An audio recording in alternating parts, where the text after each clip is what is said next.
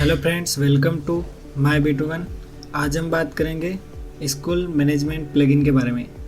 तो यहाँ पर इस प्लगइन का ओवरव्यू मैं आपको देने वाला हूँ।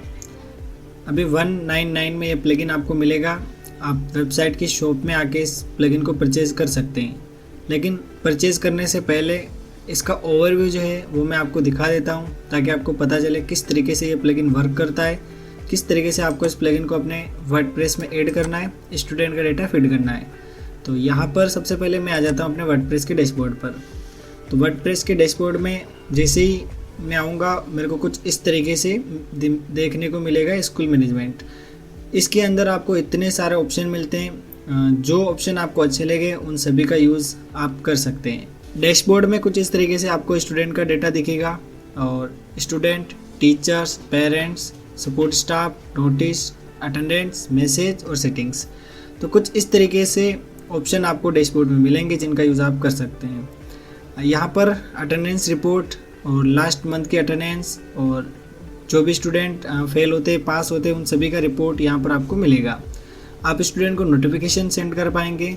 अपकमिंग एग्ज़ाम की लिस्ट आप स्टूडेंट के साथ शेयर कर सकते हैं। इसके अलावा नोटिस बोर्ड पर उनके लिए कोई भी नोटिस लगा सकते हैं। फ़ी पेमेंट की डिटेल ये प्लगइन कंप्लीट मैनेज करेगा, और हॉलीडेज़ के बारे में स्टूडेंट को आप यहीं से बता सकते हैं। डिफरेंट टाइप की क्लास आप ऐड कर पाएंगे, और डिफरेंट टाइप के सेक्शन आप यहाँ पे बना पाएंगे, और किसी क्लास में मैक्सिमम कितने स्टूडेंट रखने वो भी आप यहाँ से डिसाइड कर पाएंगे। इस कैलेंडर में आप जो भी प्लान करेंगे वो आपके स्टूडेंट के साथ ऑटोमेटिक शेयर हो जाएगा।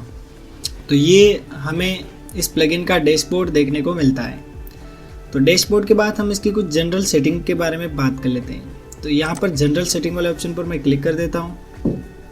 यहाँ पर आप देख सकते हैं, आप अपने स्कूल का नाम एंटर कर लीजिए, और जब से आपका स्कूल स्टार्ट हुआ है वो डेट आप यहाँ पे फिल कर दीजिए। अपने स्कूल का एड्रेस आप यहाँ पे डाल दीजिए, और अपने मोबाइल नंबर यहाँ पे एंटर कर दीजिएगा। यहाँ पर आपको अपनी ईमेल आईडी लिखनी है जिसके थ्रू कोई भी आपसे कॉन्टैक्ट करवाएं। अगर आप चाहते हैं कि फायरबेस के थ्रू आप अपने स्टूडेंट को नोटिफिकेशन भेजें, तो यहाँ पर आपको जो की मिलती है वो एंटर कर दीजिएगा। डेट फॉर्मेट आप यहाँ से सिलेक्ट कर पाएंगे, डे, मंथ और ईयर के अकॉर्डिंग।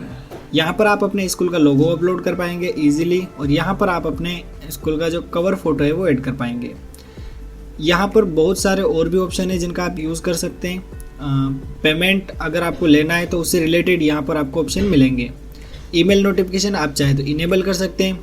अगर आप चाहें वर्चुअल क्लास लेना, जैसे जूम पर अपन क्लास लेते हैं, गूगल मीट पर क्लास लेते हैं, तो वो आईडी यहाँ से आप शेयर करके इसी के अंदर स्टूडेंट की क्लास ले सकते हैं। अब प्रत्येक सेक्शन पर मैं अलग पर्टिकुलर वीडियो बनाऊंगा, लेकिन ये एक ओवरव्यू वीडियो है। इसमें हम हर एक सेटिंग को थोड़ा थोड़ा इंट्रोड्यूस करेंगे, फिर मैं कुछ पार्ट्स में या आप जो भी डिमांड करेंगे उसके अकॉर्डिंग पर्टिकुलर वीडियो बना के बता दूंगा कि ये सारे जो ऑप्शन है किस तरीके से वर्क करते हैं। यहाँ पर पेरेंट्स स्टूडेंट को मैसेज भेज सकते हैं, और स्टूडेंट एक दूसरे को मैसेज भेज सकते हैं। आप चाहें तो ये सर्विस इनेबल रख सकते हैं, बाकी डिसेबल भी रख सकते हैं। यहाँ पर स्टूडेंट अप्रूवल आपको इनेबल रखना है, यानी कोई भी स्टूडेंट फॉर्म भर के शेयर करेगा तो वो आपके डैशबोर्ड में दिखेगा, और वहाँ से आप स्टूडेंट को अप्रूवल दे पाएंगे कि उसका एडमिशन करना है या नहीं। तो कुछ इस तरीके से आपको ये सेटिंग अपने प्रेफरेंस के अकॉर्डिंग कर लेनी है। तो इसके बाद हम यहाँ पर देखते हैं राइट एक्सेस। सबसे इम्पोर्टेंट पार्ट है इस प्लगइन का। आप किस किस यूज़र रोल को कौन कौन सा एक्सेस देना चाहते हैं वो सारा आप यहीं से मैनेज करेंगे। स्टूडेंट के लिए ये सारे रोल आप देख सकते हैं, चाहे जिनको टिक कीजिए चाहे जिनको अनटिक कीजिए। यहाँ पर टीचर्स के लिए भी कुछ रोल यहाँ पर डिफाइन कर रखे हैं, आप देख सकते हैं। जो रोल आप टीचर को देना चाहते हैं दे सकते हैं, जो एक्सेस देना चाहते हैं दे सकते हैं। तो इनको डिटेल में बात करेंगे जब इसकी एक सीरीज अपन लेके आएंगे उसमें। फिर अधिकतर जो यूज़र के या जो कस्टमर है उनके कमेंट्स आते हैं कि इसका लाइसेंस हमें चाहिए। तो यहाँ पर लाइसेंस की कोई ज़रूरत है नहीं है, क्योंकि इस प्लगइन को इस तरीके से डिज़ाइन किया गया है कि विदाउट लाइसेंस कंप्लीट वर्क करेगा।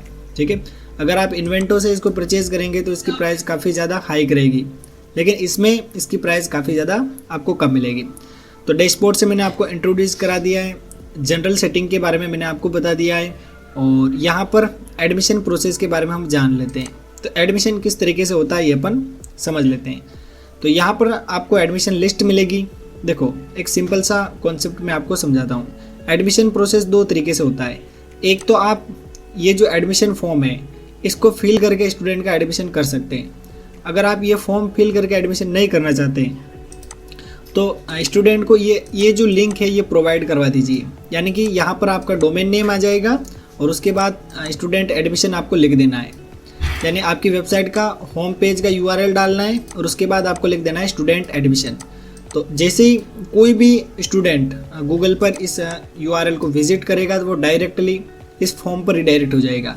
यहाँ पर स्टूडेंट अपनी डिटेल फिल कर लेगा और यदि उसका कोई भाई बहन अगर उसी में पढ़ता है तो उसकी इन्फॉर्मेशन भी एक दूसरे से कनेक्ट हो जाएगी।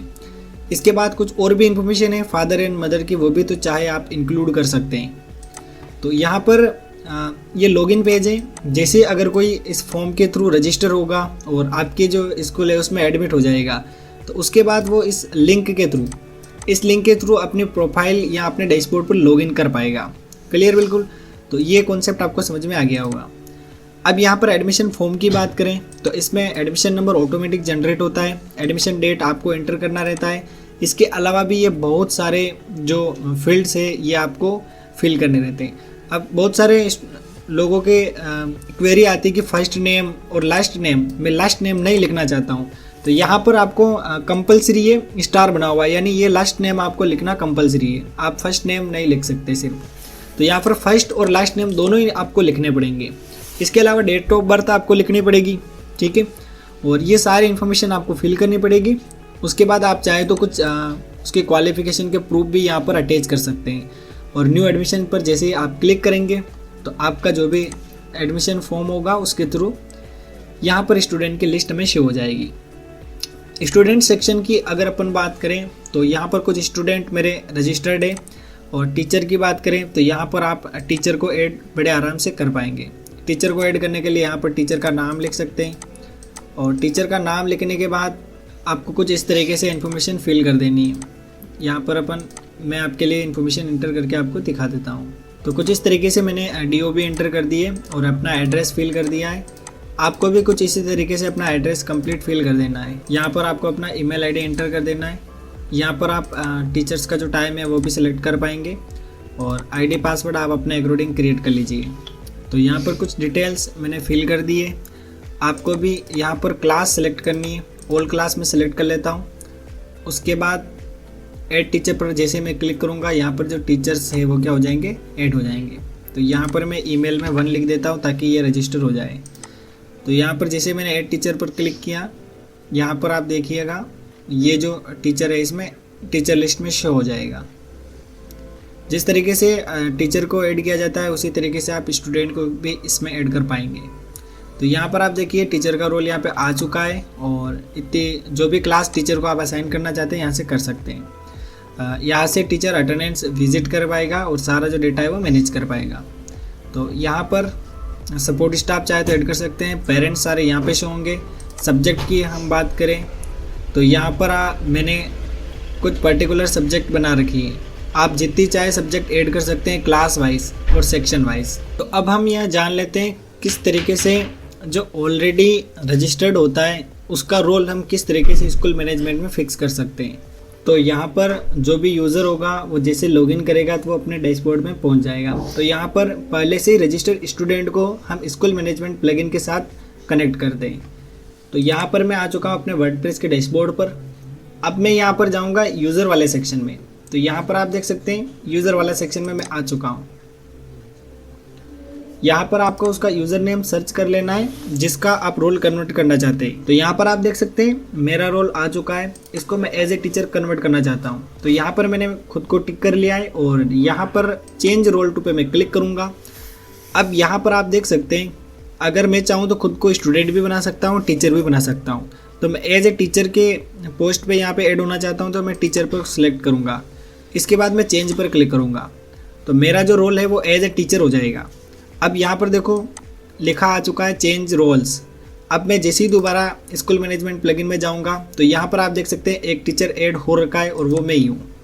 इसमें भी मैं आपको दिखा देता हूँ। यहाँ पर देखो मेरा ही नाम आ रहा है कुछ इस तरीके से।